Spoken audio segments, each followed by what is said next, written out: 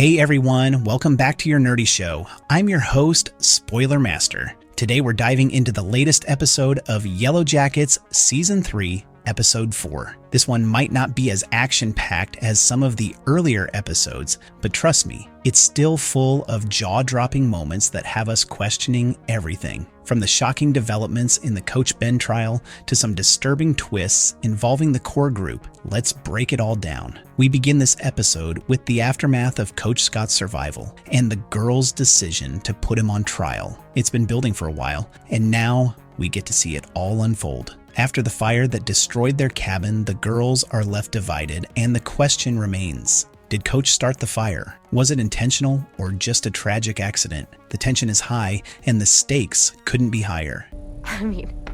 I know Shauna would. Objection, that's unnecessary. The trial of Coach Ben. Let's start with the trial. It's not your typical courtroom drama, but it's just as intense. The girls have taken Coach Ben to their shelter, where they're essentially holding him captive while they decide his fate. Akilah, ever the dreamer, believes the dream she had in the previous episode is a message. She talks to Lottie about it, and we can see that Akilah is starting to believe that she's having real visions now. Visions that might be connected to the mysterious forces surrounding them in the wilderness. Lottie seems intrigued, but we're left wondering if she's planning something bigger. Is she going to tap into this gas they've been dealing with, or worse, try to call upon the wilderness itself? But while Akilah is lost in her own world, the trial begins, and it's immediately clear that not everyone is on the same page. Shauna is still fuming about Ben's role in the fire and his abandonment. She's ready to blame him for everything that's gone wrong. But Nat, on the other hand,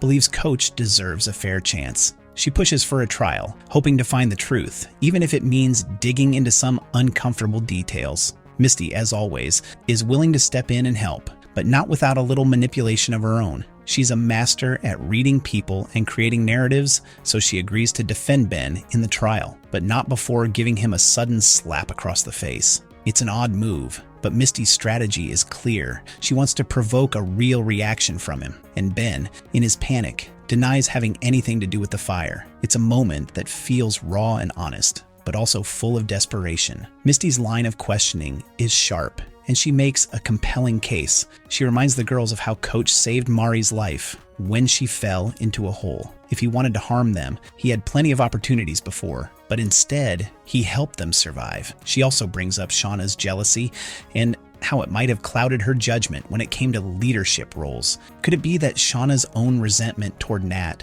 made her jump to conclusions about Ben? But the most telling moment in this trial comes when Coach Ben himself takes the stand. He opens up about why he became a coach in the first place. It wasn't for the glory, it wasn't for the fame. It was because he saw something in the girls that he admired. They were underdogs, just like he was in his life. And in that moment, we see Ben's vulnerability, and it hits hard. He even admits that he was afraid the girls didn't need him anymore, and that he might be next in line to be abandoned. It's a touching, emotional moment, and for a second, you almost start to believe him. But in a twist that no one could have predicted, Shauna's emotional outburst changes the entire direction of the trial. She accuses Coach Ben directly, calling him responsible for the cabin fire. It's a moment of pure desperation, and somehow it shifts the entire dynamic. The majority of the girls side with Shauna, and Ben is declared guilty. But why the sudden turn? Why did the group shift so quickly?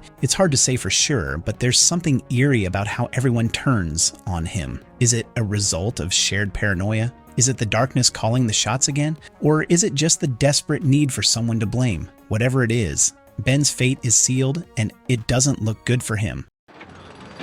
Well, thanks for checking in, Ty, but The mystery of Lottie and the darkness. In the present day, things are just as chaotic. Shauna is grappling with her own issues, including a terrifying experience involving the brakes on her car. She finds out that her brakes weren't tampered with after all, they just failed. But as Jeff points out, maybe this is all karma catching up to them. The idea that something much larger and darker is at play is a recurring theme throughout this episode, but Shauna doesn't seem to fully buy into Jeff's theory. Shauna and Jeff end up volunteering at a nursing home, where things take a bizarre turn. Misty, of course, works there, and when the two of them cross paths, it's awkward and tense. Misty has an agenda, and she wastes no time putting Shauna to work. She sends Shauna to the kitchen to help, thinking it will somehow be a punishment. But Shauna doesn't mind. In fact, she enjoys it. However, things get ugly when Misty demands an apology from Shauna for everything that happened in the past, for all the mental games and manipulation.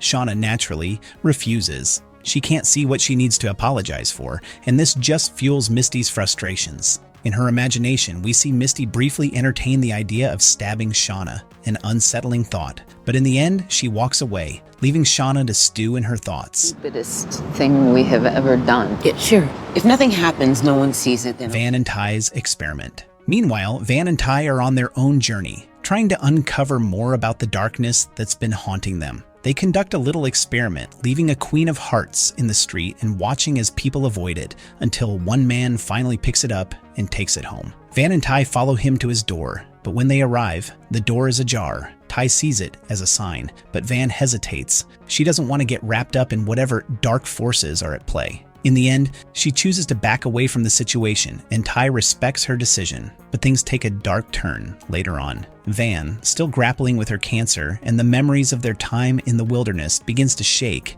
as she buys pretzels. A reminder that her illness is still a looming presence in her life. Ty, meanwhile, has her own issues to deal with. It seems like she's slipping further into her dual identities. She goes out on a date with Van, but something is off. We can see that Ty's alter ego is still lurking, and it's only a matter of time before that part of her resurfaces in a big way.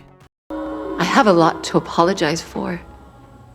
I know I hurt you. The shocking twist, Lottie's death. But the real shocker comes in the final moments of the episode. Misty gets a message from Walter. He's sorry to hear about Lottie. This immediately sends a chill down our spines because moments before, Misty had been on the Citizen Detective app where she found a post about a dead body surrounded by candles. When she clicks on the image, it's unmistakable. It's Lottie. Lottie's dead, and this raises 1,000 new questions. Was it suicide, as some might think, or was it something far darker? Ty seems to have the most to lose here, especially with Van involved. Could it be that Van had a hand in Lottie's death? Could the darkness have claimed her as a sacrifice? There's a lot going on, and it feels like the show is about to unravel even deeper, darker secrets.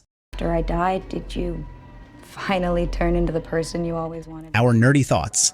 This episode of Yellowjackets is a masterclass in suspense and tension. It's slower paced than some of the others, but it's no less impactful. The coach trial was a pivotal moment in the series, and the twists in the present day only add more layers to the mystery. We're left with so many questions about who's behind the latest deaths, who's manipulating whom, and what the darkness really wants from these girls. One thing's for sure, no one is safe in this world. And with Lottie's death hanging over them, the girls will have to face whatever horrors are still lurking in the shadows. Will they survive what's coming? And more importantly, will they ever escape the madness that continues to haunt them? That's it for this recap and explanation of Yellowjackets Season 3, Episode 4. What do you think? Who do you think is behind Lottie's death?